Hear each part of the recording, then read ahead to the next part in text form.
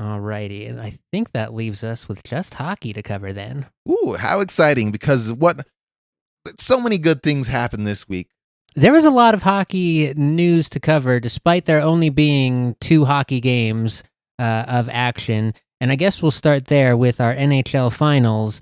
The rematch showdown, Edmonton and Florida. The series starting in Edmonton. I was a little surprised that Edmonton ended up with the home ice on this one, but Florida on the road to start this one, and 2 games straight to overtime. Surprise, surprise. It's been some very close hockey in these playoffs, and the finals proved to be no different. This is actually a nice changeup, though, because I don't know if you remember last year when this showdown happened, the Oilers went down 3-0 immediately. Florida was just shellacking them all season long. But the one thing I will say is a little bit interesting. We don't get to see this all the time because how often do teams make the finals back-to-back years? Yeah, we've discussed it very rarely. Yeah, very, very rarely in a lot of sports. But now you kind of know what the scouting report, because Florida didn't change up a whole lot. Yes, the cores are very similar. The changes are fairly minor in the fact that, we've had to see these guys a lot recently. We kind of know the book on them, and I think that has definitely led to some of the back and forth we've seen here this week. Yeah, and as long as McDavid and Draisaitl and their supporting cast just don't completely suck again, we'll have a good series. And that has been the big thing. Draisaitl played last year's finals basically with a broken arm, essentially. We found out after the fact. He was really gutting through some injuries that were keeping him from performing at 100%. Game 1, Leon Draisaitl is healthy and ready to go and gets your first goal of the game to start the scoring off, and gets the overtime winner from Connor McDavid. That's kind of going right by the recipe there of that's how we constructed the roster to work, ideally. But Florida, again, has, we know that they built a winner because it's basically the same core that did it last year. And that Brad Marchand acquisition is looking smarter and smarter every day, which is what a good team does, and makes your GM look good for those trade deadline moves. Yeah, he ends up with a game winner in Game 2. He got the overtime winner in Game 2, putting him now in 3rd place all-time in Stanley Cup game-winning overtime winners, behind 2 of our players, Maurice Richard and Joe Sakic. I don't know if you knew about Clutch Joe had that record.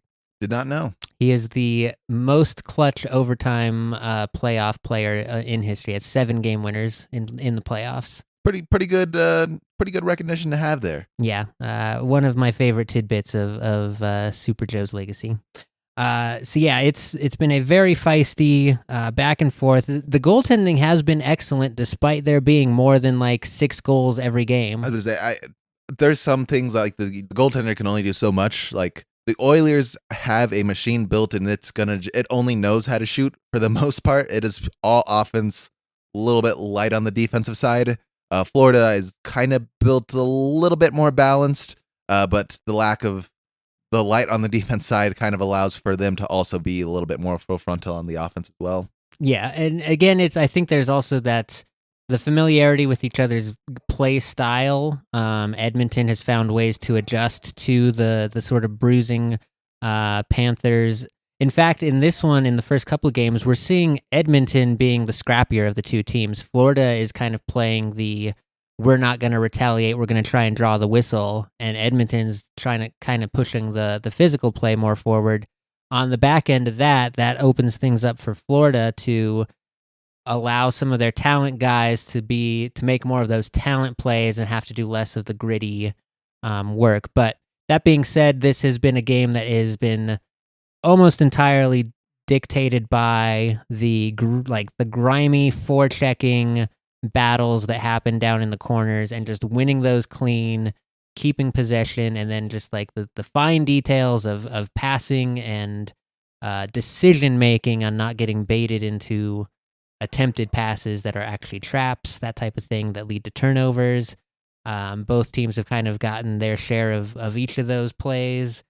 We did get in Game 2 our first flash of the real Connor McDavid ceiling. The third goal of the game was one of those highlight reel dangles where he just single-handedly undressed 3 of the Panthers and got the assist, slid it right through to Draisaitl, who was wide open on the right side. And if we get to see more of that, because honestly, McDavid's been relatively quiet. Like, he's putting up his numbers, but we haven't been seeing that special sauce of, oh, that's why people say he's the best player in the world. I mean, it's going to be tough for him because a lot of people know he's a very special player. So it's going to be tough if everyone's kind of keying off you. Like, you have to be extraordinarily special to, because I assume him and Draisaitl are seeing, especially if they're split, a lot of double teams, triple teams, whatnot. I think we're only seeing them combined on the power play, but I mean, what a power play unit. And it has proven effective thus far. Although both teams, I mean, they're going to have to enjoy the time they have in this run, because almost certainly the assistant coaches on both of these benches are going to have some phone calls in the offseason about, hey, do you want to come run our power play unit or our team? If we're actually, I think head coaching vacancies might be limited already. We're down to just a handful left. But actually, that might be the point to transfer to some around the league news, as 30 of our teams are no longer in action. Off-season has basically started for the rest of the league, so some other moves and whatnot have been getting made.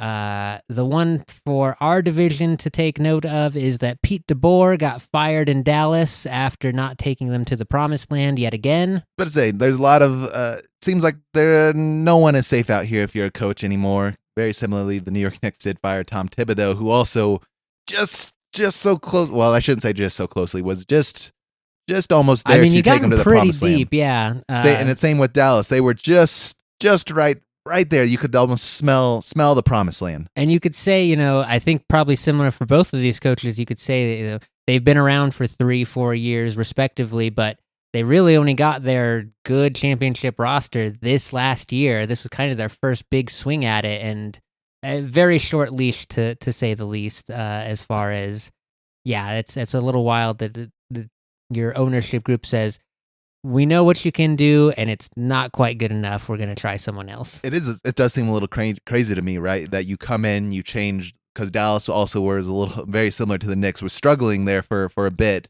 Come in, change the culture of this team, assemble a squad to kind of step your way right up into the promised land, and have the ownership come down and look at you and be like, you got us as far as you could do, buddy, but we're going to find someone who can finish sort of the journey that you started here. Yeah.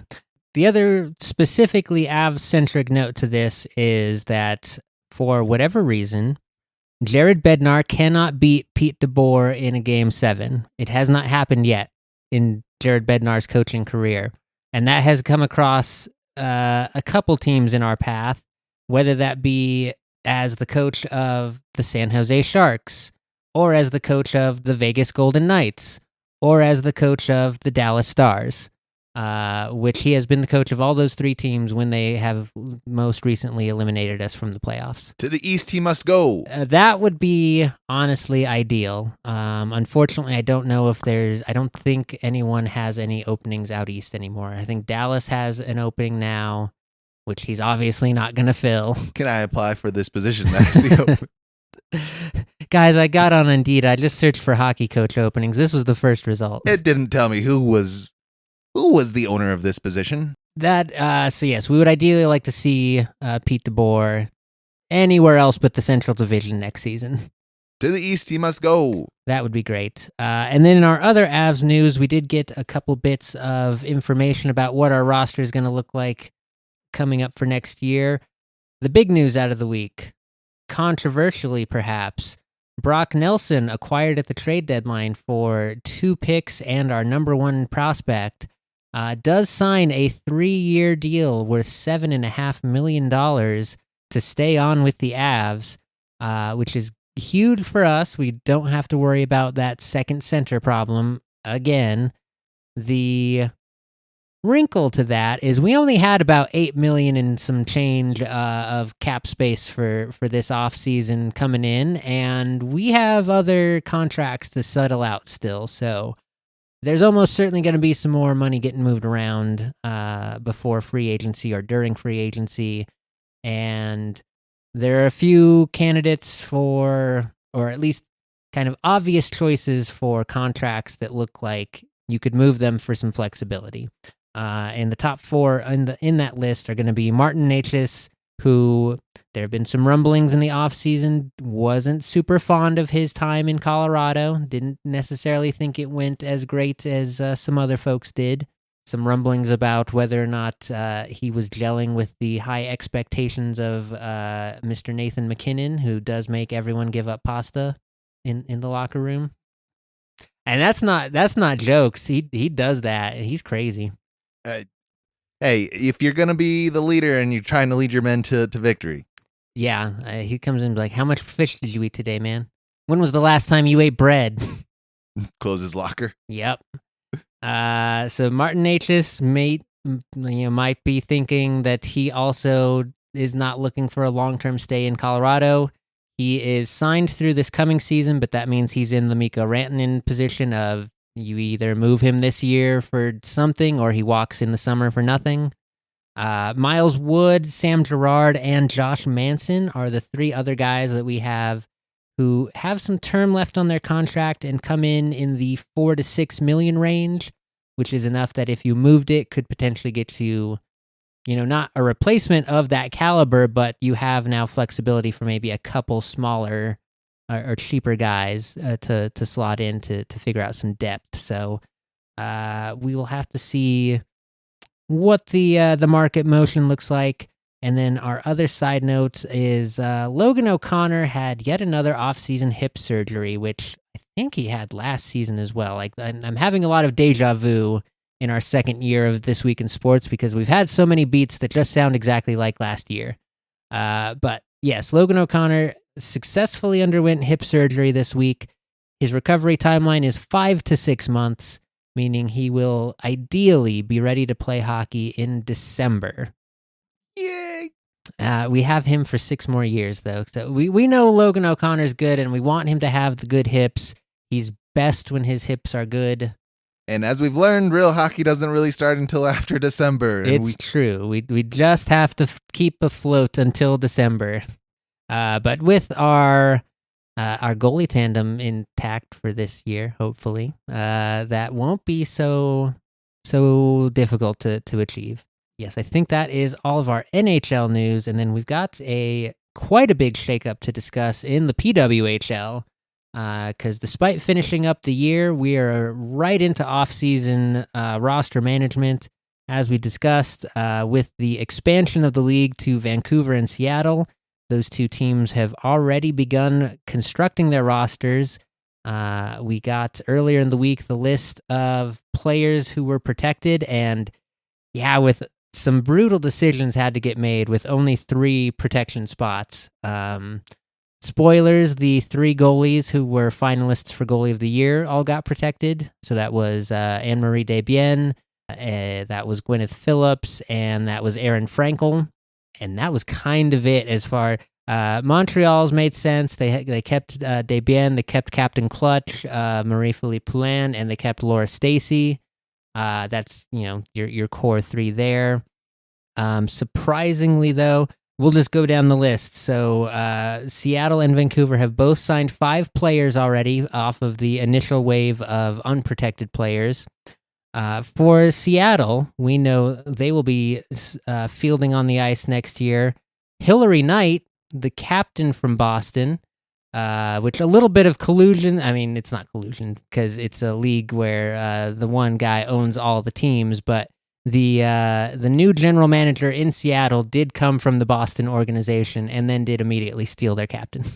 Yeah, I mean, one, it was on them everyone is kind of a free agent-ish this year for one, and 2, they didn't protect her, so she was kind of on her way out. She is, I think, going to be on the older side as well, which is why they didn't want to keep her there. This is a very calculated decision. Hillary Knight is one of the older players in the league. She's sort of the older generation of talent that has started the league here. Still, obviously, a great performance. She was in the top in goal scoring this year. I think she came away with most goals, we decided earlier in the year. But this is also very much a branding decision and a marketing decision. It is known that if you take Hillary Knight to a new market, she will attract people to watch her play hockey. So if people in Seattle didn't know, you have at least one like, that's American hero Hillary Knight. Come watch her in Seattle now. Come watch her in Vancouver. Yeah. So that's the sort of big one out of and that was the first one we got of the week. It was like Hillary Knight, bam, gone. Also on the Seattle roster now is going to be Alex Carpenter from the New York Siren. No more 1-2 punch for Sarah Fillier out there. She's also going to be missing her goalie. Corrine Schrader is going to be suiting up for Seattle now. And then also on that roster, Kayla Barnes, defender from Montreal, and Danielle Serdachny off the Ottawa Charge. And that's a pretty solid starting five to get your franchise going with there. So I would say Seattle has gone a little offensive heavy on this one. Vancouver thinking kind of the exact opposite. Their signings include Sarah Nurse from Toronto, who is probably maybe the second most famous Canadian Olympian behind Marie-Philippe Poulin. Rookie Jennifer Gardner comes from the Montreal Victoire to her hometown of Vancouver. She gets to be the sort of local face of the franchise. Goalie Emerence Mashmeyer, who we used to talk about in the first half of the season last year, before she got usurped by the hottest rookie that we've ever seen in Gwyneth Phillips. So Mashy is going to go on to Vancouver, get a starting job back, and then pinching the top two defensemen from the defending champs, Sophie Jakes and Claire Thompson, come from Minnesota out to Vancouver. I think that's going to be the big... That's taking a line of defensemen away from the defending champions and putting them on your roster. That's kind of crazy. That's a good move with a solid goalie who just needs some reps. She's still solid. She just got outgunned by the young pup. This is up there. The last season of the WNBA was crazy because you had so many. There was a couple teams who you just completely rolled the whole roster over almost. But this one is crazy because everyone's affected so big in this shakeup. Like you said, Hillary Knight. A lot of people kind of saw her moving on. That's kind of been the way of the. I don't think anyone was particularly surprised by that, that she wasn't staying in Boston, but it is, I can't actually think of another equivalent in sports where like one of your biggest stars has also been a bit of, maybe the Shaq era when he was kind of bouncing around teams every other year or so. Yeah. But even then, that was kind of past his prime. Shaq. Not as much. I don't know if Hillary is quite past her prime. She's definitely not. She's still very much contributing. Yeah, like Shaq is the later Shaq years where he was still pretty good on the Heat, and then he was pretty decent on the Sun, and then after that it was kind of a little bit of a wash. But it's hard to think of other players though who have like the kaleidoscope of jerseys, but still had the talent like at each stop. I can't. Yeah, it's a short list. It doesn't happen to the like people with big name recognition. Those are the people you see more like the role players that you have, not your captain usually. Yes, that is a bit of a surprise there, but like I said, she has always been a great ambassador of the game of hockey in any capacity, whether that's been for Team USA, for her college teams. Hillary has that's I think been one of the big boons to women's hockey in this era is that we have some, top talent like that, like Hillary Knight, like Marie-Philippe Poulin. I could name like half of the Frost team who have all like most of this generation, but there's been that leadership set by a group who has taken it upon themselves to do that job of being the ambassador, like going to events, giving of their time, not just because there is it's a full-time job to be a professional athlete and perform at that top level, and then to ask of you to give what little of your free time you have to then go out into the community and get the word out there about come see our games and that sort of thing. Not everyone can do that and do it with the aplomb that these ladies have done. And slam dunk for Seattle to take what will be Hall of Fame career and set up your new franchise around that. I am excited for the day that Denver hockey does come around because it'll be fun to see who will be available then. We'll have a couple more teams, I assume, but it'll be fun to see all the names that we've talked about as the podcast has gone on throughout the league. Maybe, who knows? Maybe a Philip oh my gosh, a Marie Philip Debienne will be available. Good enough. One of those, yeah. Yeah, all of them, all three. All three of them. Yeah, so that was the first stage in the expansion process, was the unrestricted signing phase. So now Seattle and Vancouver both have 5 of their 12 base roster spots filled. Tomorrow, Monday, you can tune in as the official expansion draft happens, with both teams getting 7 picks now from the remaining 6 teams of their protected players. And this was also part of the strategy of the signing period, where if a team has already had 2 players taken off their roster, they unlocked their 4th protection slot. So Minnesota has gotten an extra protection slot. Montreal got an extra protection slot. I think Toronto and Ottawa were the only ones who did not have 2 players taken yet. So they will still be losing 3 players in this upcoming draft. Yeah. Ottawa's just in the championship too, weren't they? Yeah, which is partially why they don't want to be moving too many pieces. I think they've done a pretty good job so far of dodging too many bullets, but surprisingly, I think a lot of the charge core is also going into free agency, and that I think will follow our draft. So still a lot more shaking up to happen in that PWHL, but in just this first week postseason, we are anticipating now a very different look for the rosters around the league. Yeah, everybody's basically getting a buzzsaw. Everyone's getting a cut except for the people coming in who are getting the benefits of all the other teams. That, like, you're going to lose half your team kind of almost regardless. A little bit, yeah. There will be new faces in every place. Pretty much. Yeah, and otherwise, I think that covers all of my hockey news for this week.